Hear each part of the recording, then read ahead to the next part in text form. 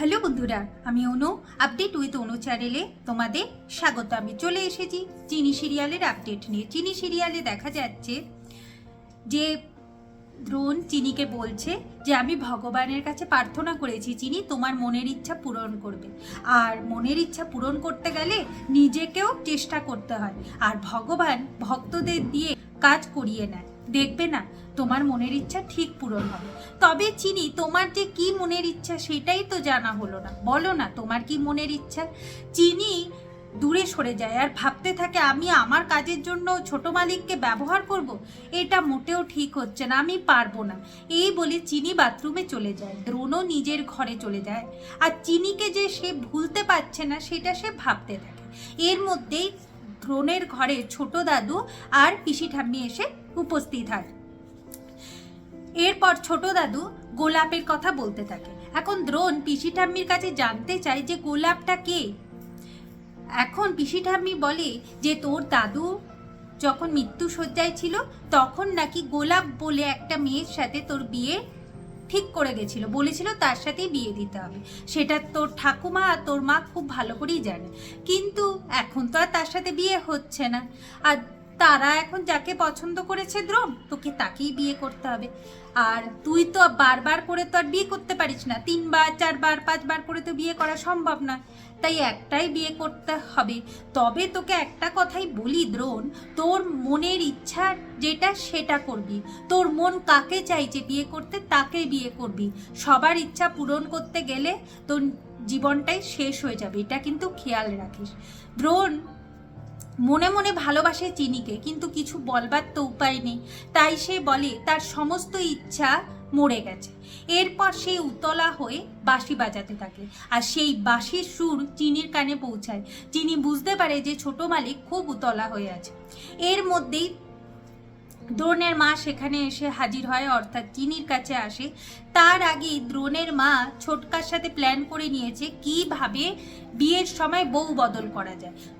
হেমাঙ্গিনী চৌধুরীকে জিততে দেওয়া চলবে না, দ্রোণের জীবনটাকে বাঁচাতেই হবে, তাই দ্রোণের বিয়ে চিনির সাথেই হবে, এটাই আমাদের করতেই হবে। তাই এখন চিনিকে বলে যে শোন চিনি, আমি আর তোর মাসিমণি নই, এখন থেকে মনে করবি আমি তোর মণি, তাই আমার কথা তুই শুনে চলবি। আর তুই এখানে কেন ঘোরাঘুরি করছিস, কেন তুই মণিমার ঘরে নি? চিনি বলে আমাকে তো উনি বললেন প্রমীলা ম্যাডামের ঘরে থাকতে, তাই আছি। মনে মনে দ্রোণের মা খুব আনন্দ পায় যে কাজটা আমার খুবই সহজ হয়ে গেল। এরপর বলে শোন চিনি, আমি মনিব, আমি যেটা বলছি সেটা শুনবি। তুই কাল ভোরবেলায় নীলমাধবের মন্দিরে কিন্তু চলে আসবি, আসতেই হবে। দিয়ে দ্রোণের মা কিছুটা এগিয়ে যায়। চিনি ভাবতে থাকে যে দ্রোণের মা মানে মাসিমুনিও মনিব হয়ে গেল, আমি আর মাসিমুনি বলে ডাকতে পারবো না, এই কেমন লীলা ভগবান তোমার। আর দ্রোণের মাও হাসতে থাকে যে এইভাবেই চিনিকে জব্দ করতে হবে, আর ওর নাকেও হ্যাঁ করতে হবে, বিয়েতে ওকে রাজি করাতেই হবে। দিয়ে যাই হোক, পরের দিন ভোরবেলায় এবার দধিমঙ্গল শুরু হবে। তার আগে অপালাকে উঠতে হবে, ঠাকুরের গান গেয়ে দ্রোণের ঘুম ভাঙাতে হবে, তাহলে নাকি দ্রোণকে মুগ্ধ করা যাবে। তাই অপালার মা আর দ্রোণের ঠাকুমা মিলে অপালাকে খুব তাড়াতাড়ি রেডি করাচ্ছে, যাতে সে আগে গিয়ে নীলমাধবের মন্দিরে গান গাইতে পারে। এর মধ্যে চিনিও ভোর ভোর উঠে গেছে, নীলমাধবের মন্দিরে এসে পৌঁছেও গেছে।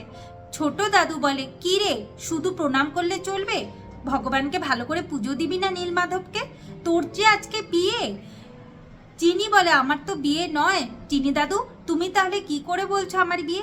আরে বোকা, তোরই বিয়ে, যা নীলমাধবের কাছে যা আর খুব সুন্দর করে গান গা, দিয়ে পুজোটা দে ভালো করে। অন্যদিকে এখন অপালাকে তো রেডি করানো হয়ে গেছে। এরপর সে ডায়েরি টায়েরি নিয়ে আসছে, সে আবার নাকি নীলমাধবের কাছে গান পান গাইবে। সে গানের গ জানে না, কিন্তু গান গাইতে আসছে, আবার তার গান শুনে নাকি দ্রোণ নাকি মুগ্ধ হয়ে যাবে, এইসব প্ল্যান তো করে ফেলেছে। এইদিকে দ্রোণকে খুব ডাকাডাকি করা হচ্ছে, ভোরবেলায় উঠতে হবে, দধিমঙ্গল করতে হবে। অপালার মন্দিরে পৌঁছানোর আগেই চিনি গান জুড়ে দিয়েছে, আর চিনি যেহেতু গান জুড়েছে অপালার তো রাগের শেষ নেই। একটা খেলা তো আগেই শেষ হয়ে গেছে যে ওই কাঙালি ভোজন করেও দ্রোণের মন জয় করতে পারলো না, ভেবেছিল গান গেয়ে দ্রোণের মন জয় করবে, সেটাও আর হচ্ছে না, তাহলে স্বাভাবিক রেগে যাওয়াটাই। আগামী পর্বে দেখা যাচ্ছে যে এখন অপালা নীলমাধবের মন্দিরে এসেছে, এসে চিনির সাথে খুব ঝগড়া করতে থাকে। দ্রোণের মা বাধা দিলে দ্রোণের মাকে ছিটকে ফেলে দেয়, দিয়ে চিনির সাথে খুব ঝগড়া চলছে। আর এই দিকে দ্রোণও ভাবছে এই গানটা কে গাইছিল সেটা আমাকে বার করতে হবে। অপালা এত সুন্দর গান গাইতে পারে, এটা তো মনেই হয় না। এরপর দেখতে পাবো অপালা চিনিকে চড় মারতে যাচ্ছে, দ্রোণ এসে বাধা দেয়, বলে কিনা যে এত সুন্দর গান গায় তার মন এত কুৎসিত। তখন চিনি বলে ওঠে যে গানটা অপালা ম্যাডাম গায়নি, গানটা আমি গেয়েছি। তাহলে স্পষ্ট হয়েই গেল দ্রোণের কাছে যে কে এত সুন্দর গান গায়, আর কার গান শুনে মুগ্ধ হয়েছে সেটা তো আমরা বুঝতেই পারছি। তো এইভাবে আজকের পর্বটা শেষ হয়ে যাচ্ছে। আশা করি আজকের পর্বটা তোমাদের ভালো লাগবে। ভিডিওটা দেখবার জন্য আর আপডেট উইথ অনু চ্যানেলের পাশে থাকবার জন্য অসংখ্য ধন্যবাদ।